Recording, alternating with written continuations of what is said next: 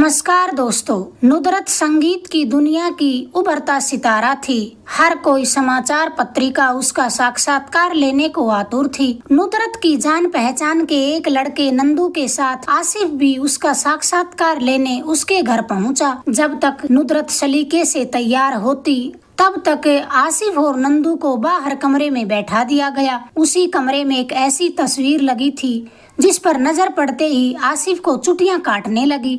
3 foot लंबी 2.5 foot चौड़ी लकड़ी के कीमती फ्रेम में रंगों से बनी हुई उस तस्वीर में एक बड़ा सा रीछ दिखाया गया था।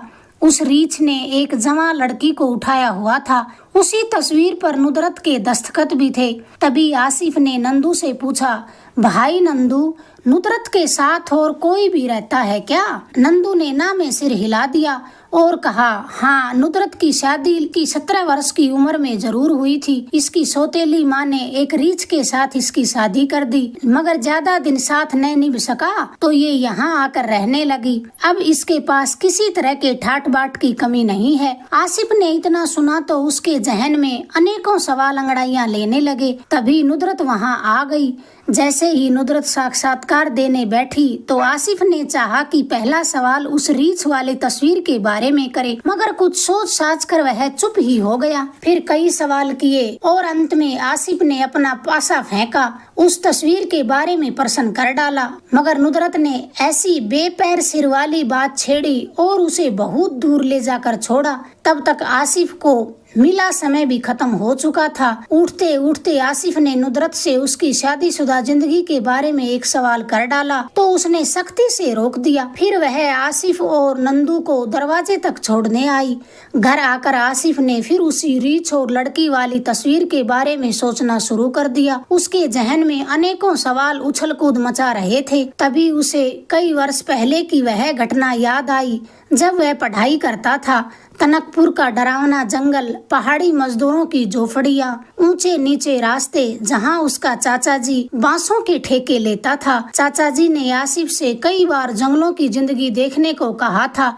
आखिर एक दिन आसिफ वहाँ चला ही गया। चाचा के वहाँ झोपड़ी नुमा घर में पहुँचते ही आसिफ ने खाना खाया। चाचा जी बांसों की कटाई के काम की निगरानी करने जंगल गए थे। वहाँ पर 2 नौकर और एक चाचा जी का क्लर्क भी था जिसका नाम रईस था। रईस और आसिफ में कुछ गपशप हुई। फिर रईस ने जंगल की बातें छेड़ दी। जिक्र बागों की कटाई से होता हुआ जानवरों की आदतों तक जा पहुंचा। तब आसिफ ने रईस से प्रश्न किया कि रईस भाई, कुछ रीछ के बारे में बताइए। रईस ने आसिफ की तरफ अजीब तरह से देखा और कहने लगा, आसिफ, मैंने रीछ के बारे में शिकारियों से बहुत कुछ सुन रखा है। रीछ एक अजीब सा जानवर है। उसकी शख्सियत कुछ दबी सी तह दर तह छुपी होती है। उसके जिस्म के रोए रोए में इसरार छिपे होते हैं। ये साग सब्जी, मांस मछली सब खाते हैं और शहद के तो ये बड़े लालची होते हैं। एक 9 फुट का रीछ बड़ी नील गाय को मुंह में दबाकर बड़ी आसानी से पहाड़ पर चढ़ सकता है। इस जानवर की जुबान खासी लंबी होती है और मैंने ये भी सुना है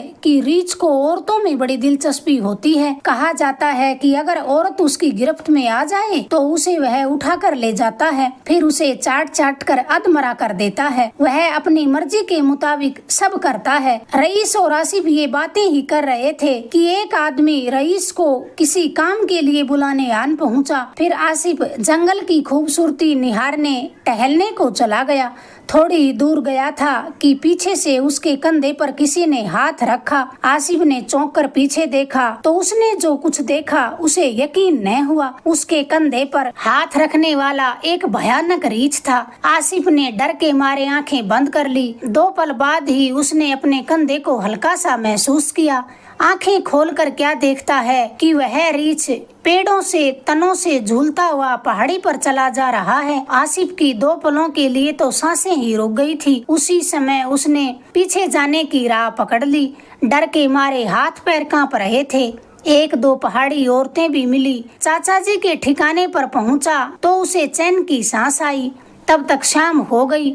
थोड़ी दूर पर मजदूरों की झोपड़ियां थी जहां रात को रौनक लौट आती थी। कुछ देर बाद चाचा जी और रईस भी वहां आ गए। आसिफ ने उन्हें रीछ वाली घटना बताई तो उन दोनों ने कहा, हम यहाँ 3 साल से ठेके ले रहे हैं।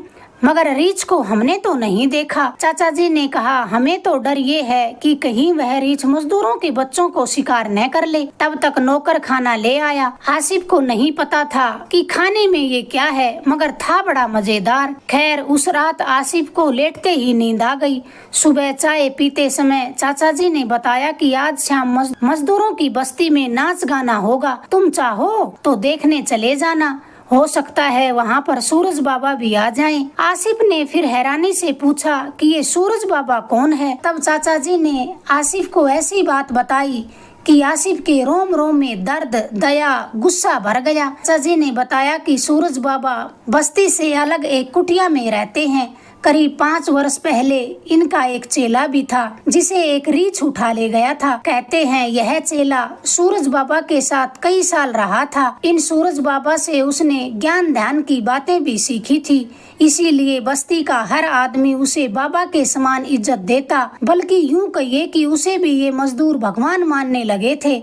सांप बिच्छू के काटने का इलाज करना भी सूरज बाबा ने उसे सिखा दिया था। फिर कुछ दिनों बाद सूरज बाबा जंगल में कहीं दूसरे ठिकाने पर बिना किसी को बताए चले गए ताकि शांति से ज्ञान ध्यान कर सकें। लोग जिस चेले को अपना भगवान मानते थे वह बाबा के चले जाने के बाद कुछ बदकारी पर उतर आया। कई औरतों से उसने छेड़छाड़ की, मगर कोई उसके खिलाफ बोलने की हिम्मत न करता। सूरज बाबा की मेहनत उसने मिट्टी में मिला दी। फिर एक दिन संयोग की बात ऐसी हुई कि एक मजदूर लड़की अपने छोटे भाई को नीचे छोड़कर खुद पहाड़ी के ऊपर बांसों का गट्ठर उठाने चली गई। जब वह ऊपर से वापस नीचे आई तो उसने अपने 3 साल के भाई को तड़पते हुए देखा। उसे किसी जहरीले सांप ने काट लिया था। उसके मुंह से झागों का तूफान उमड़ा जा रहा था। लड़की ये देखकर घबरा गई। उसने अपने सर से बांसों का गट्ठर फेंका और अपने भाई को कंधे पर लाद कर आंधी तूफान की तरह बाबा की कुटिया की ओर भागी। दोपहर का समय था, रास्ता कठिन था, आसमान पर बादल छाए थे। वह कुटिया तक पहुंची भी न थी कि मूसलाधार बारिश शुरू हो गई। बेचारी गिरती पड़ती जैसे तैसे बाबा की कुटिया में पहुंची। ऐसे सुलगते मौसम में चेले के लिए एक लड़की का आना किसी मंदिर के प्रसाद से कम न था। लड़की को देखकर बाबा का चेला अंगड़ाई लेकर उठ बैठा। लड़की ने अपने भाई को कंधे से उतारकर नीचे लिटाया और कहने लगी, स्वामी जी मेरे भाई को बचा लीजिए, इसे सांप ने डस लिया है। लेकिन बाबा के चेले ने बच्चे की ओर जरा भी ध्यान न दिया। वह तो लड़की के भीगे बदन को बुरी नजरों से देखता हुआ बोला, अरे तुम तो सारी की सारी भीग गई हो, जल्दी जाओ अंदर जाकर ये भीगे कपड़े उतारो और चादर लपेट लो, वरना तुम भी बीमार हो जाओगी। लड़की कहने लगी, स्वामी जी आप मेरी फिक्र न करें, जल्दी से भाई का जहर निकाल दें। चेला बोला, पहले तुम कपड़े तो बदलो, तब तक मैं इसका जहर निकालता हूँ। लड़के की हालत भी लगातार बिगड़ती जा रही थी। लड़की ने फिर कहा, स्वामी जल्दी करें। चेला कहने लगा, कन्या धीरज तो रख, मेरे होते हुए तुम्हारे भाई को कुछ न होगा। ये ले ये चादर अपने बदन से लपेट ले, जा तुम अंदर जाकर अपने कपड़े बदल ले। फिर चेला उसके भाई के शरीर पर हाथ फेरने लगा। लड़की को थोड़ी तसल्ली हुई तो वह चादर को लेकर अंदर चली गई। जैसे ही उसने अपने कपड़े उतारे तो पीछे से चेले ने उसे अपने आगोश में भर लिया।